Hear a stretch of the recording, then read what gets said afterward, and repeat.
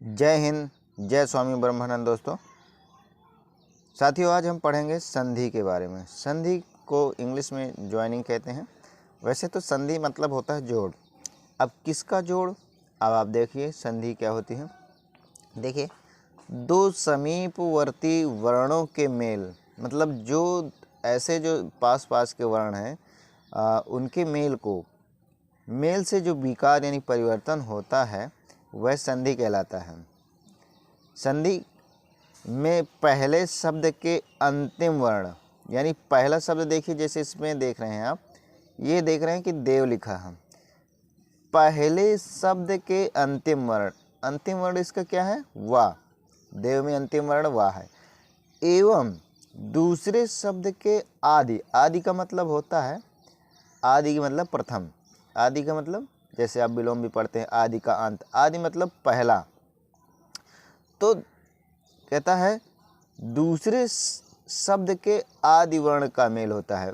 पहले शब्द का ये अंतिम वर्ण और दूसरे शब्द का ये आदि यानी प्रथम वर्ण का मेल होता है। और इनके मेल से जो विकार या परिवर्तन होता है उनको हम संधि कहते हैं। संधि किसे कहते हैं? दो वर्णों के मेल से जो परिवर्तन हो वह संधि कहलाता है। और दो वर्णों का मेल यानी पहले शब्द का अंतिम वर्ण और दूसरे शब्द का प्रथम वर्ण में मेल होता है। जैसे देव प्लस आलय बराबर हो गया देवालय। देव और आलय मिलकर के देवालय बन गया। इस तरीके से जगत धन नाथ मिलकर के जगन्नाथ। मन है धन योग, मनोयोग। इसको हम डिटेल में पढ़ेंगे कि ये संधि कैसे होती है। तो संधि देखिए, इसके कुछ नियम हैं। संधि के नियमों द्वारा मिले वर्णों को फिर मूल अवस्था में ले आने को संधि विच्छेद कहते हैं। देखिए, संधि और संधि विच्छेद में अंतर।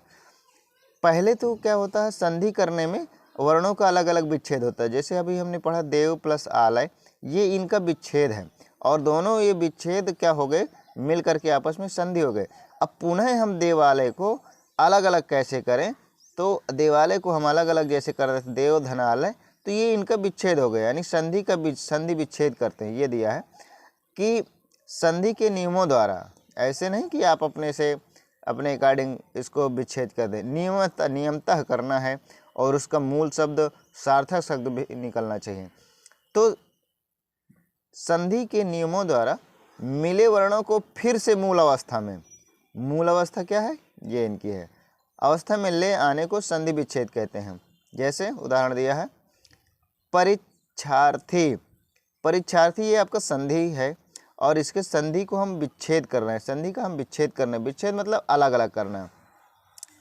तो देखिए, परीक्षा धन अर्थी, ये परीक्षा धन अर्थी मिलकर के संधि हुआ था, परीक्षार्थी बन गया था।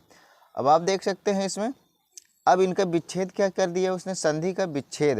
उसने बताया ना कि हम संधि विच्छेद भी करते हैं। तो परीक्षार्थी का संधि विच्छेद परीक्षा धन अर्थी हो गया। इसी तरह वागीश जो है उसका संधि विच्छेद करेंगे तो वाक धन ईश हो जाता, वागीश। अंतःकरण को अगर हम इसका विच्छेद करें तो अंतः धन करण हो जाता है। ये था साथियों, आप पढ़ रहे थे संधि और संधि विच्छेद। आगे के नियम को हम आपको पूर्ण जानकारी देंगे। धन्यवाद।